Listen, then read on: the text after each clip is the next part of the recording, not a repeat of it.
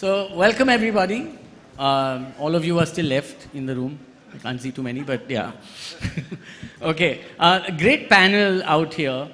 We've got some fantastic representation and I don't know, well over 100 years of experience on this stage. Experience, right?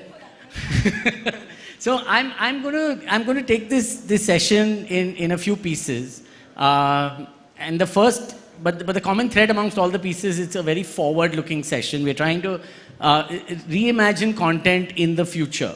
All right, and what does that really mean? And to start with, really, I'm going to start, Rohit, with you, because you've been a chartered accountant, and I find that very attractive, a content guy being a chartered accountant, okay? So from a content chartered accountant point of view, how does content for you look like 3 years down the line? Do the financials of this large premium 1 crore per episode OTT still hold up, or will we see change in that? That's the worst context you could have said. Yeah. I left chartered accountancy 20 years back, so I wish I could give you a financial angle. But first of all, I think the per episode cost can be an incorrect way to look at it. At least if you're running a platform, right? From a streaming service point of view, Ashish, this is whether you run a streaming service, a cable, DTH, anything. For a platform, it's a portfolio game. And in portfolio, you have to allocate money to large content, medium, small, just the way in network you allocate to big broadcasters, small, medium, right? And eventually, you're driven from an ambition of what customer base you want to get to, and what content spend does that sort of allow in your value chain, and accordingly you go out and spend. People with larger ambition will have larger portfolio, and that's what they're spending. Of course, it requires initial spending, and that's why it's got a long gestation of investment cycle. It's an infra play almost in terms of its financial life cycle, coming back to the CA world. But the per episode cost will only continue to go up. Right? It'll only continue to go up. It'll only continue to go up. But Rohit, there are so many platforms which are just not profitable, and content is one of the largest costs, if not customer acquisition. So will this sustain? It's a wrong question too early in the day. Too early, fair point. We are sitting in, for most companies, I'd say on average, in context of India, we're talking about 2 to 3 years average. Forget about some would have launched 6 years back. I'd say average is about 2-3 years. The break-even cycle on this is anywhere between 5 to 10 years at least, right? And obviously some will find at the end of the tunnel we got into the wrong game. Oh, wow. So that's going to happen as well, which is true for every industry. So it's too early in the day. Obviously for all platform, the definition may not mean the same. The economics of Malayalam may be very different from Telugu, very different from Bengali, very different from Hindi.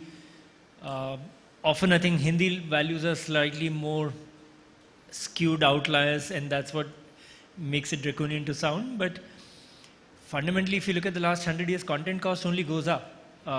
And that's also because you're telling sort of larger stories, production values have gone up, and every time you get it right, like an RRR or a Bahubali, you come out with a wow experience, but it requires money. And that will only fundamentally go up, right? The cost of food, entertainment, in general, all of that only goes north in my opinion. So roti, kapda, makan, entertainment, all of them going up. All of up. that Bombay housing, has never come down in my experience. Will never come down. Got it. And same is true for content. Ashish, your take on this, and also do you see talent models changing because of this? And Aradhana, after that, I want you to take that as well. Yeah, thanks for having me here. So clearly the budgets will keep on going up. There's no question about it. And like Rohit was saying, inflation plays a huge role in that, and you just can't control that. Over a period of time, let's not forget, we are not just competing with the local content. We are competing with the bigger stuff that's coming out of Hollywood and from the international markets. And we obviously can't match those budgets, but we have to up our game purely in terms of, the scale and all of that. So that will continue. The more important question is what happens to the talent costs, because we clearly know that as far as budgets are concerned, it's the above the line cost, especially for feature films, that takes a toll on the producer at the end of the day. The models will change. How?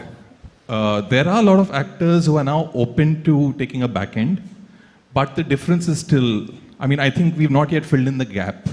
So we still, it's going to be a process because actors have learned, especially in the Hindi industry in the last 1 year, how films have not worked and what the downside could be. There was a time when we used to make films and we used to know that, okay, even if the film doesn't do well, it'll do this business. But now the downside could be anything. You know, without taking names, what has happened last year has been an eye-opener for everybody, including the actors. And a lot of the actors in the Hindi industry are also very producers. So they understand that the producer is not making money. A lot of them have agreed to lower their prices. Also get into a game where they have a back end, like some of the directors have started doing it. Some filmmakers, very big filmmakers have started doing that. So they have a production house, they kind of do a co-production model wherein they then come, so instead of charging say 100, they will charge 50 and then probably take a 25% share in the profit. Can I ask a slightly controversial question to this? What you're saying very true in Bollywood, Hindi. I shouldn't say Bollywood, right? Ms. Shah said not to say Bollywood. It's a condescending term, right? Hindi cinema. Is the same happening in the South, or is South going the Hindi cinema way? So, to be very honest, South has, in the last 2 or 3 years, just discovered what that top line number could be. So, frankly speaking, South has not yet started doing it, except for one superstar in the Telugu industry. I don't want to name him because that would be wrong. But he has, I'm hearing this, that he's got into a model where he is going to share 25% of the revenue will be his fee. So what he's saying is that you make a film at a cost, you make money, and just give me 25% of the revenue. Which works very well when you see the Excel sheet, because you know that the film will definitely be profitable after doing that. But most of the other actors are still looking and in fact competing with each other. And that's the sad part, where the PR agencies of the actors start communicating it, sometimes rightly and mostly wrongly, that the actor is now charging 100 crores. So immediately the actor who thinks he's bigger than that actor feels that, and which happened in a Hindi industry, again without taking names, you know. So people then tend to match that, but that's not your business. You will never make money. So sadly, to your point, as far as the South industry is concerned, personally I feel that there will be a learning 2 years later, and they will probably face what the North industry has faced, or at least the Hindi industry is currently facing. Got it. Unless they continue making brilliant content, which the South industry is, and if those films really do those numbers, then those prices will be justified. But logically, the nature of the business is such that probably only 10 or 15% of the films succeed. Got it. Aradhna, your take on this. Hi everyone. So what happens is when you do a couple of people and then you come down the line, you pretty much go like, I agree with what Rohit said and I partly agree with what Ashish said. That's Sharik's line. Yeah, by the end he's just going to be like, yeah, I agree with them. Unless you pull some kind of trick out of your hat, Sharik. So I'll tell you what, I actually do agree with one of the points that Ashish made, and I will reiterate that. I think what's happened in the pandemic is that people have watched content from the world over, right? That's something that the OTTs have done for us. They've brought it to this country and its people. So from Korean content to Israeli content, you name it, everything's been watched. And therefore, on the one hand, you have the viewer, the end consumer, who has an expectation to see world-class content, right? World-class content obviously involves, like Rohit said, a certain budget, a certain amount of money that you need to put into it, whether it's production value or the talent you bring to it. But I would like to add, being the eternal optimist, and I am seeing it on ground, as Ashish said, that you are able to sit down with talent that has their head on their shoulders, and you, like today, we are having conversations with them which are real.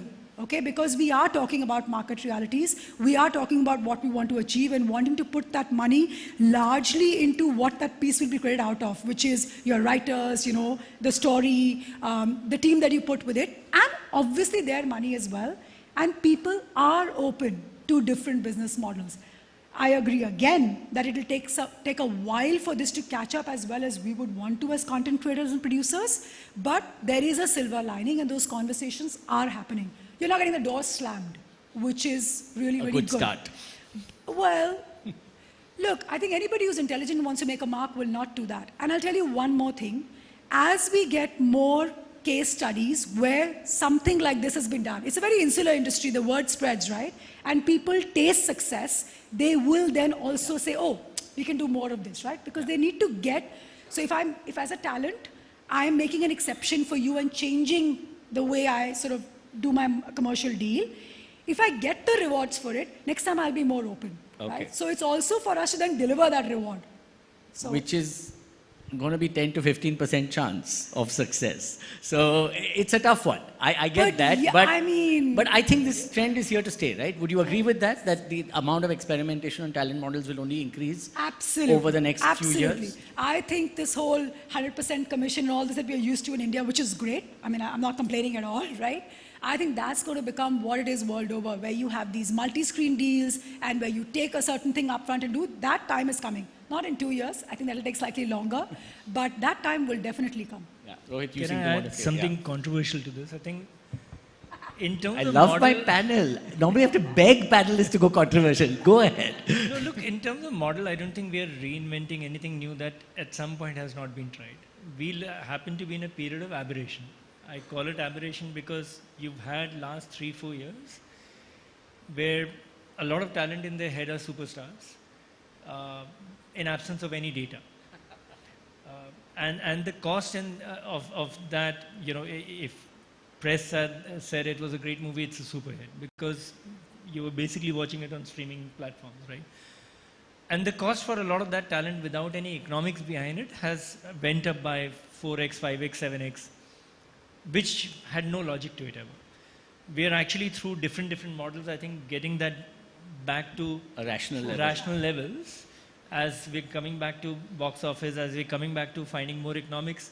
So we're coming out of that aberration period, which will take time. But in terms of model, look, I mean, we'll continue to get kicks out of creating new model. It's all eventually trying to get numbers right, fit into a logic that makes sense, which in the last 3 years they were not making sense. And fortunately for them, there was irrational money in the market. Yeah, yeah, and I think that is definitely changing with consolidation and the fact that, you know, SWOD in India at least hasn't scaled at the way it was supposed to till now. It's kind of slowed down a little bit. So that is going to have an impact.